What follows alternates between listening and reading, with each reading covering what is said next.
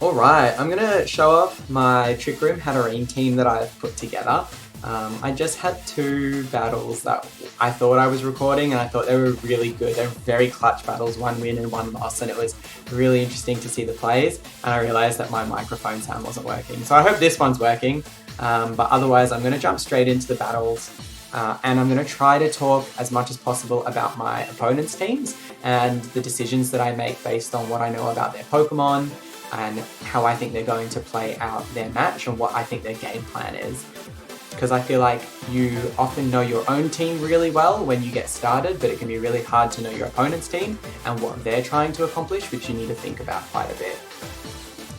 So this is really obvious what my opponent wants to go for. It's a Trick Room team, but it also has a fast option with the Tailwind and most likely a Choice Scarf Dracovish. So it's got a fast mode and a slow mode, which is what you want a lot of the time. Most teams will have one Pokemon that's really slow, even if it's not a Trick Room team, and that's as a Trick Room counter in case your opponent sets up Trick Room. So that's usually Ferrothorn in a lot of games at the moment, and that's the slow mode that you can have. So this team's fast mode will be Tailwind Dracovish, and the slow mode will be Sylveon, Oranguru, and Rhyperior. I'm not really too sure where Duraludon fits into it. So I'm not too worried about the Sylveon because all it can use is Hyper Voice, and that's going to activate Weakness Policy in my Tyranitar, so I almost want to bait it into using Hyper Voice, but I am a bit worried about the if it leads with the Whimsicott. So I'm going to bring Grimmsnarl here and Tyranitar, and then Hatterene in the back. If it does set up Trick Room for me, that would be great. And I think Drampa will do well as long as I can get around the Sylveon. So a lot of the time what you want to do is keep your trump card or your, I guess, most valuable Pokemon in the back. If you can hold on to Dynamax for as long as possible, that's really helpful too. So once you've removed a key threat on your opponent's team, that Pokemon can sweep. So my Drampa should be able to attack quite freely as long as I can remove the Sylveon. I believe both of these Pokemon are special attackers. And I'm glad I didn't run into the Dracovish. So it'll be interesting to know whether they've got fast or slow Pokemon in the back.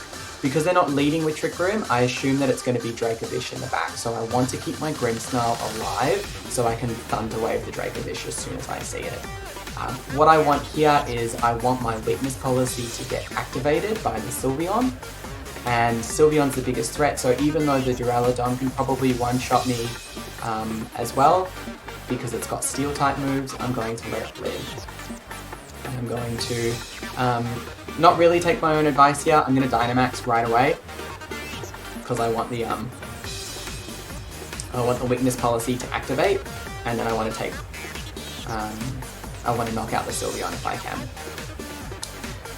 They don't have any way of changing the weather either. They've withdrawn the Sylveon, so that's quite frustrating because I really need to knock that Pokemon out.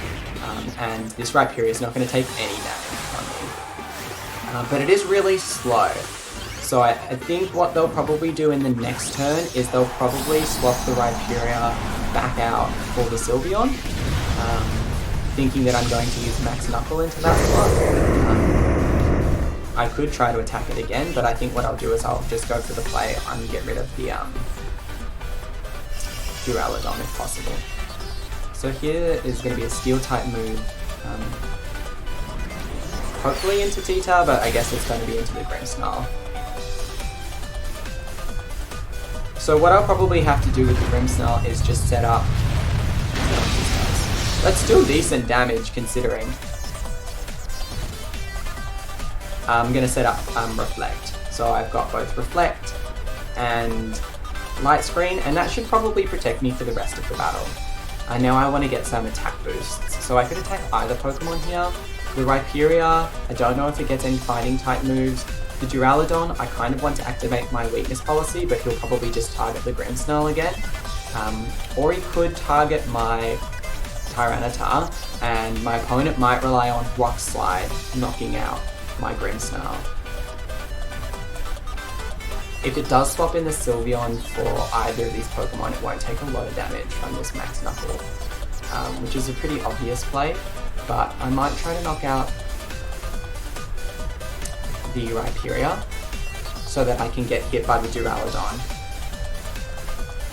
And if for... ooh, it's a Dynamax. I think it might be on the Rhyperior. Oh, that's good. So it probably means he's not... I doubt he's using Max Guard unless he doesn't have Protect, because generally you won't have Pokemon Dynamax unless they're going on the offensive. And so yeah, the Protect isn't coming out, or the Max Guard. If Flash Cannon goes into... it's going back into the Grimmsnarl, so I was kind of hoping that they would use Rock Slide and then target my T-Tar so that perhaps he could live another turn. If this gets a knockout, it would be really good. It doesn't do very much at all. That's so interesting because it seemed like it did so much before. But the attack boost is nice. Oh, okay, it's got weakness policy, so it's got a similar strategy on my opponent's team to my team. But now it's going to activate my weakness policy. And I've got Reflector, so it did a lot more than I would have liked.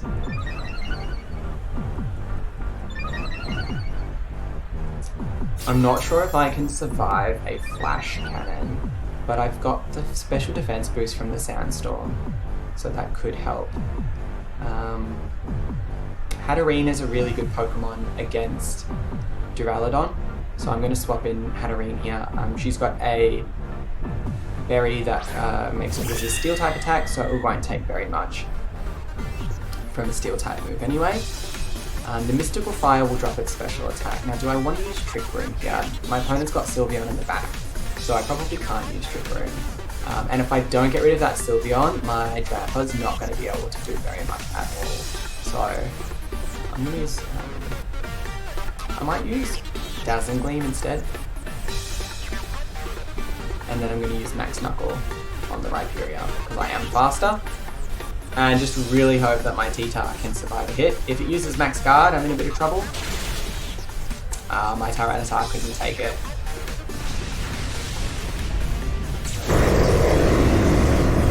So I'm in a really tough position now because I've activated the weakness policy on this Rhyperior. And Max Quake boosts special defense, so it's actually really tough for my team. My opponent's just going to keep boosting their special defense at this stage. And Dramper can't do very much in this situation. In particular, I'm going to get knocked out by the Sylveon, so I might just finish this battle here so that we can move into the next and I can talk more about the different teams.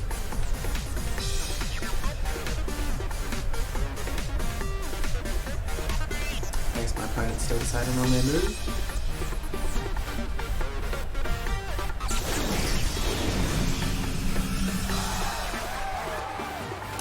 So I had the right pick on the lead.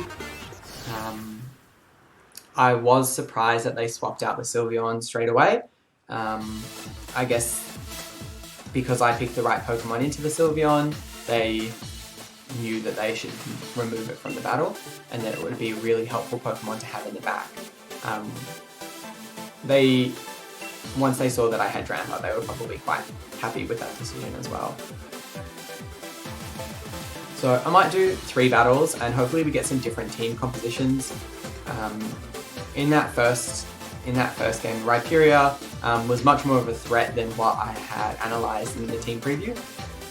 I didn't really have many good answers, especially considering that my Tyranitar wasn't able to take the Max Quake very well at all. So this is a different team that I have not come across. I think it's called Berserker, the Galarian Mouth evolution. That could be a threat. So it's 2 steel types and a ghost type looks pretty bad for my Hatterene.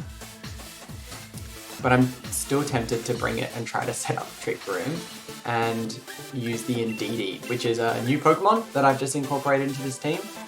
So if I can set up a Trick Room, my Drampa will be able to do a lot with Heat Waves.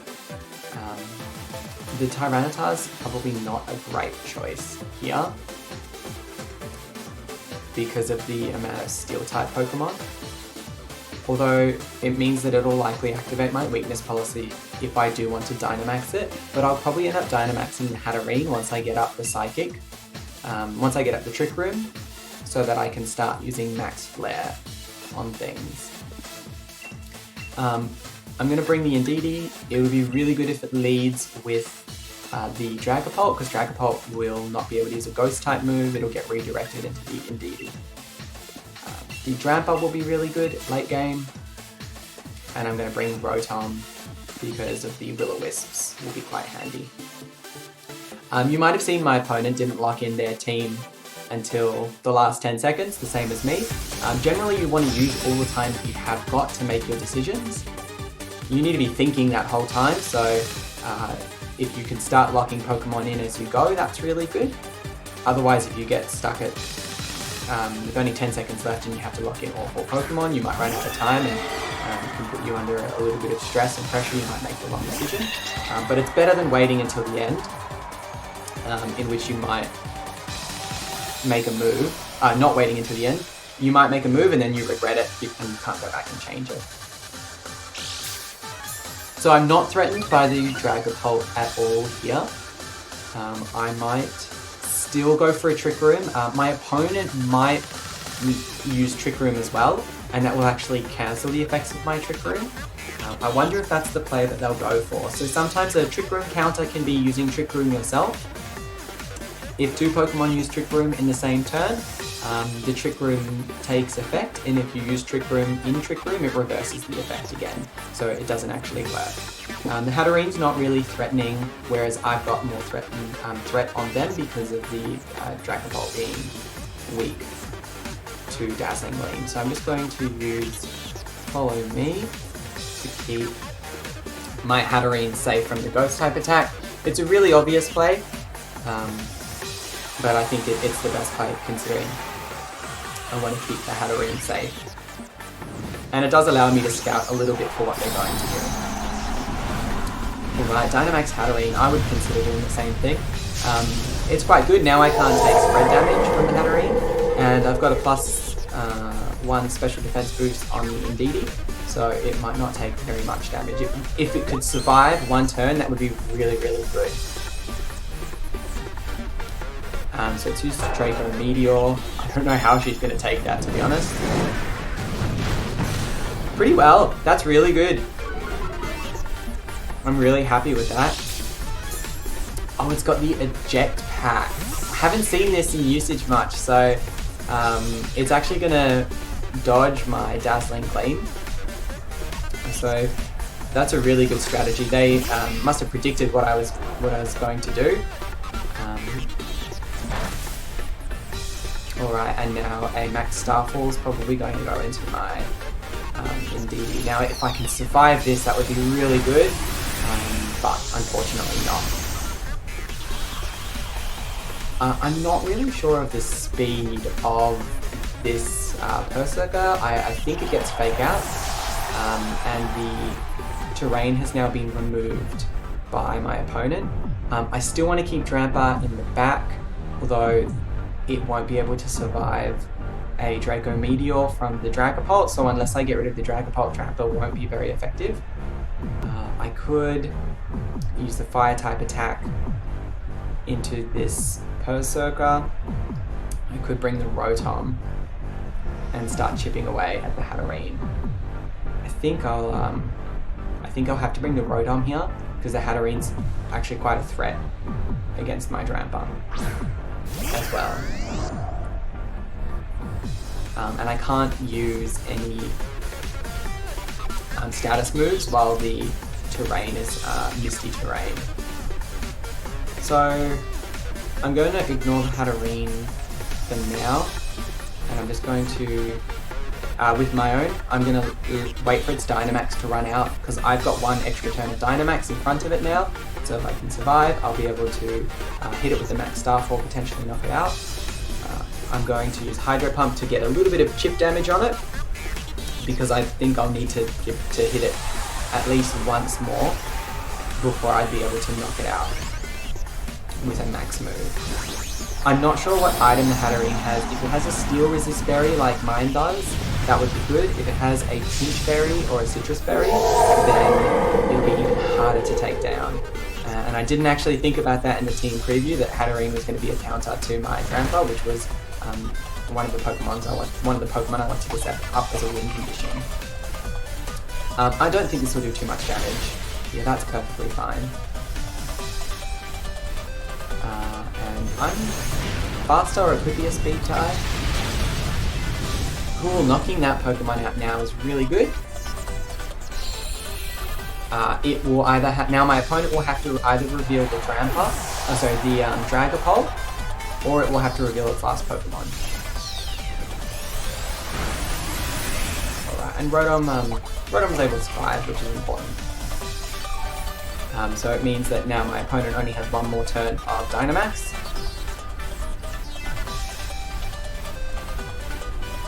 But there's two Pokemon that I need to knock out before I can bring my Drampa in to effectively do anything.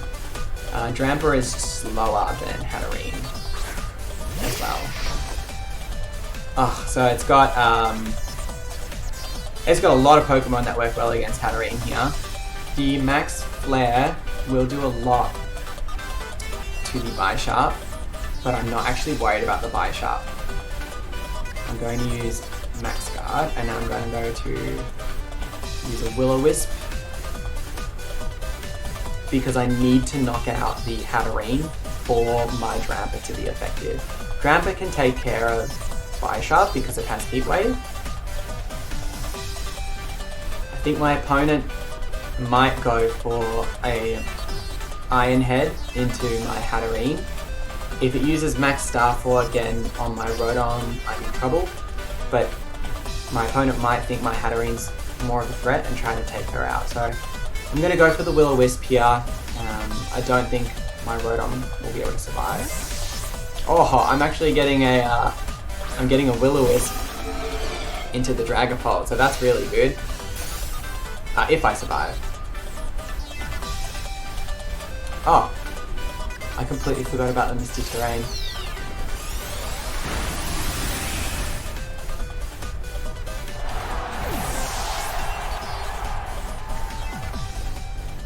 So now I've got Drampa out against these two. So that was my bad forgetting about the Misty Terrain. It's really easy to forget when the terrain's changing all the time.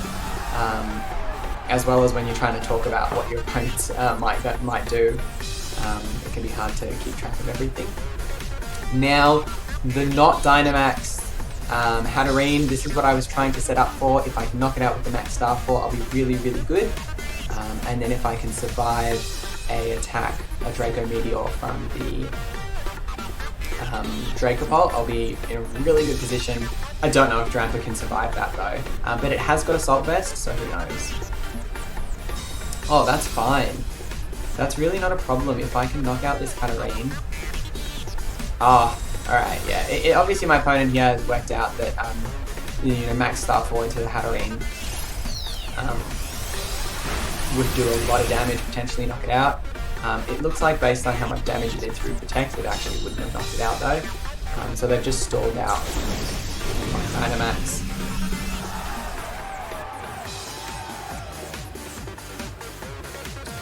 So here I'll just go for a Dazzling Gleam, and I kind of want to go for a Hyper Voice to knock out that Hatterene, even though it's not going to affect the Dragapult.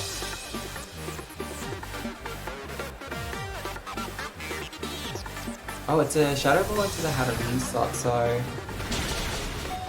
I'm able to survive that, and now I'll be able to get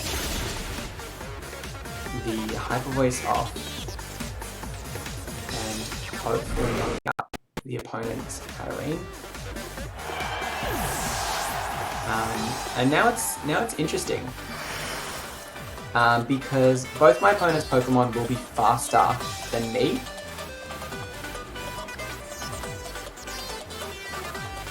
It's probably going to use a Dragon type move into my Drampa.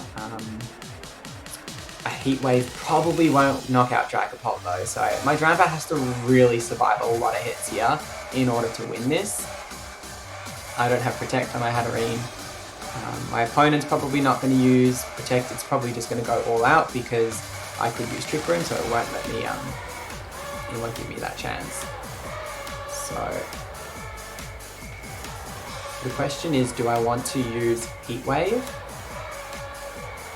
Or do I want to use Dragon Pulse? I think there's probably a Sash on that Bisharp. So I'm going to use the Dragon Pulse. But it's a really tough position. Also, maybe I could have gone for Trick Room.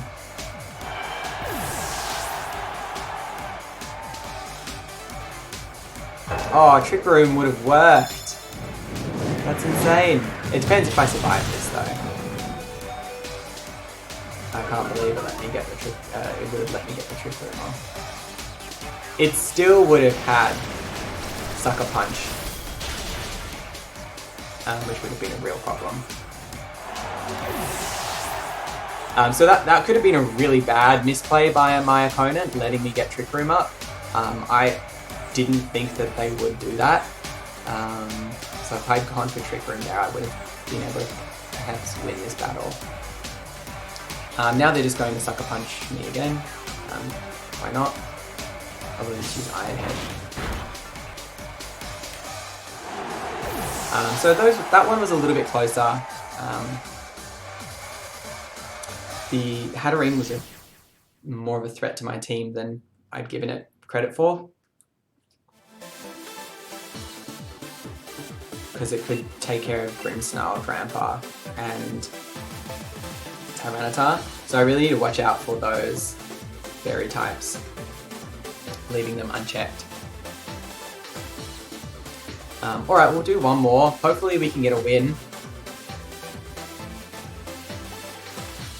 I may have used up all of my luck on the way here, but often you'll learn a lot more from losing games, so you shouldn't be disheartened whatsoever. You always get really valuable information, like leading Dragapult into me there seemed like a really odd choice from my opponent, but they had the eject pack, so they knew that they could lead Dragapult and it would be perfectly fine.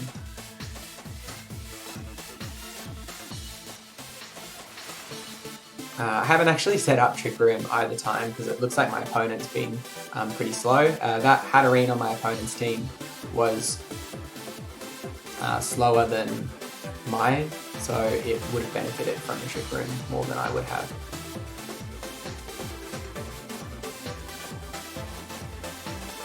Usually I find matches pretty quickly, which is really good. It can depend on the tier.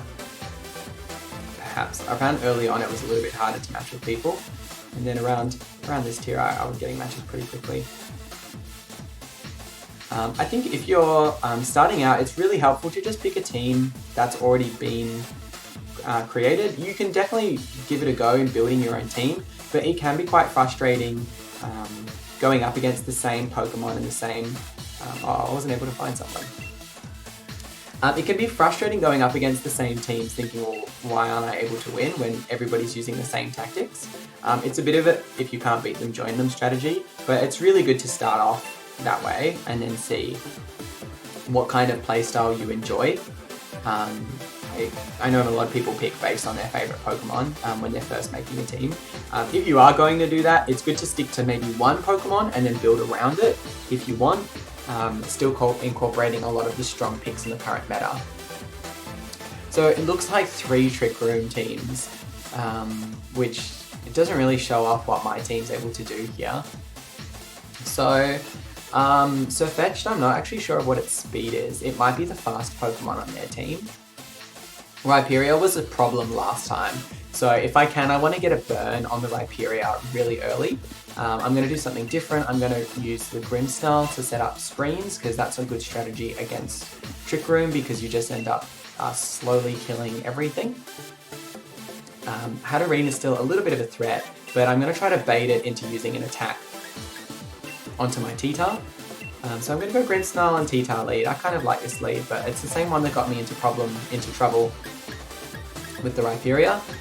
So this time I'm going to make sure I've got Rotom, and Hatterene's a really good pick as well. Just in general, it's quite tanky. It's not weak to too many things on my opponent's team. I don't think anything on my opponent's team, except maybe the Vikavolt, which can get Flash Cannon. It's a really slow Pokemon, Vikavolt.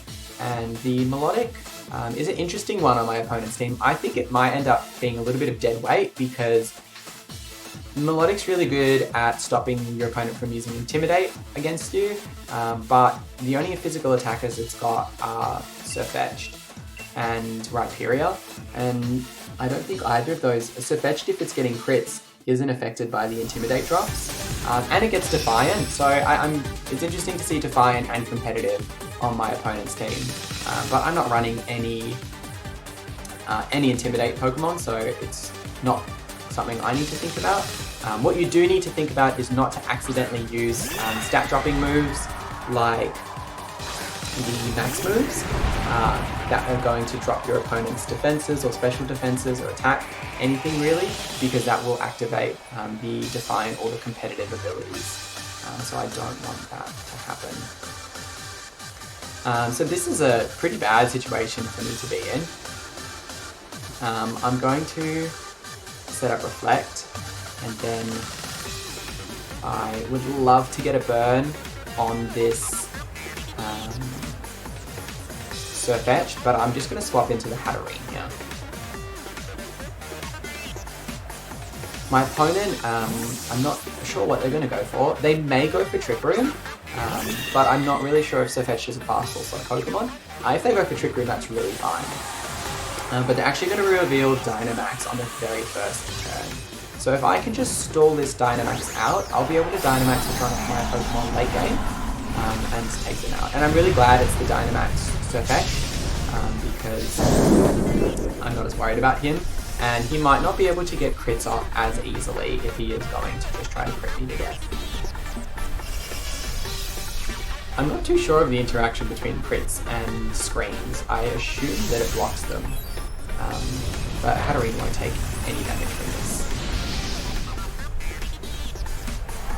And it was a critical hit. So again, it's 4 times resist fighting, so I'm hoping that the screen blocks that. And great, my opponent set up Trick Room, so that's really good for me actually. I might Dynamax my Hatterene here and try to take out their Sirfetch'd if possible.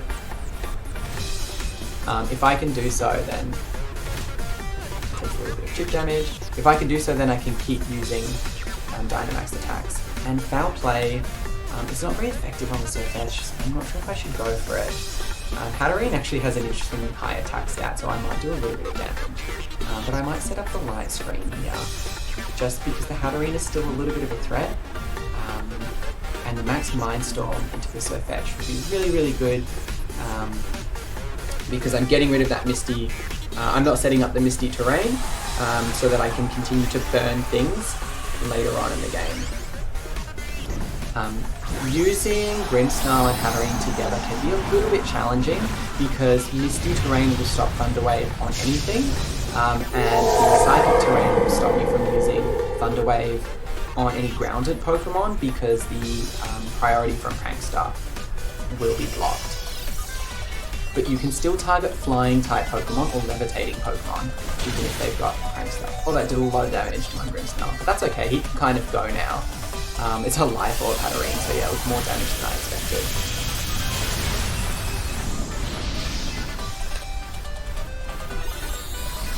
Alright, so I'm looking alright. I'm really interested if it's going to use, it's got a Poison type attack, it's a little scary.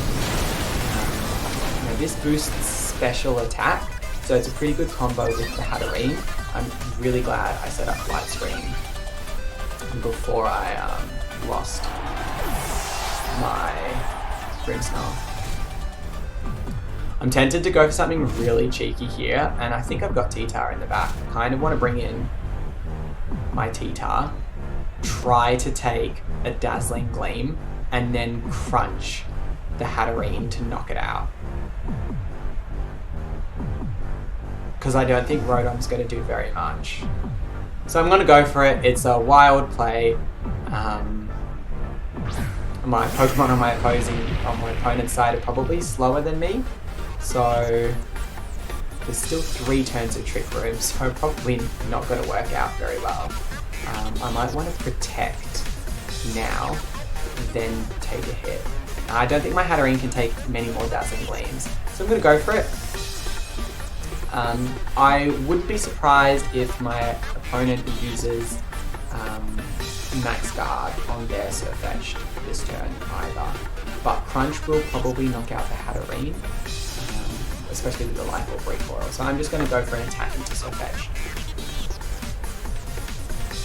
Oh, they withdrew their Dynamax Pokemon. It's always interesting when an opponent does that, because of the boost from the Psychic Terrain. Okay, it might have a Psychic Seed actually. No, the boost from the Psychic Terrain means I'll do a lot of damage here. Unfortunately, that crit means my Hatterene is going to get knocked out from the Sandstorm. But their Hatterene should be gone.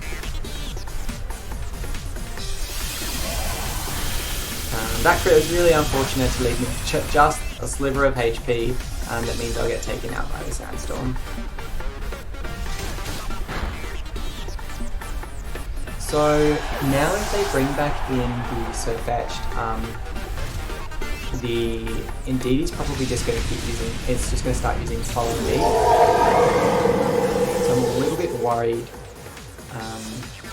about the Surfetched coming back in here. That crit was, it was a pretty big deal. I probably could have used Protect. Stall them out. I really wanted to stall out the Trick Room because now Trick Room's up for 2 turns. So I'm probably going to need a double Protect on my Tyranitar to be able to do anything. And I'll go for a Hydro Pump, expecting it to get redirected into the Indeedee, but that's fine. Rhyperior can't do too much against me. And it will probably target my Tyranitar.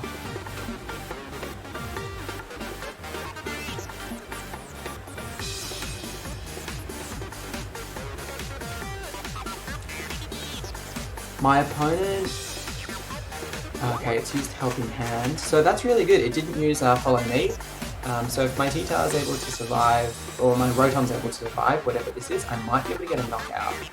Oh, well that's perfectly fine. That's a really weird play by my opponent, because I've got Levitate, and does it have, it's going to knock out its own Pokemon. So I'm not sure about that play at all. I'm very glad that I used Protect, that's for sure. And if this knocks out, that would be really good. No, it's not going to knock out. So this is where it comes down to the double Protect on my T-Tar.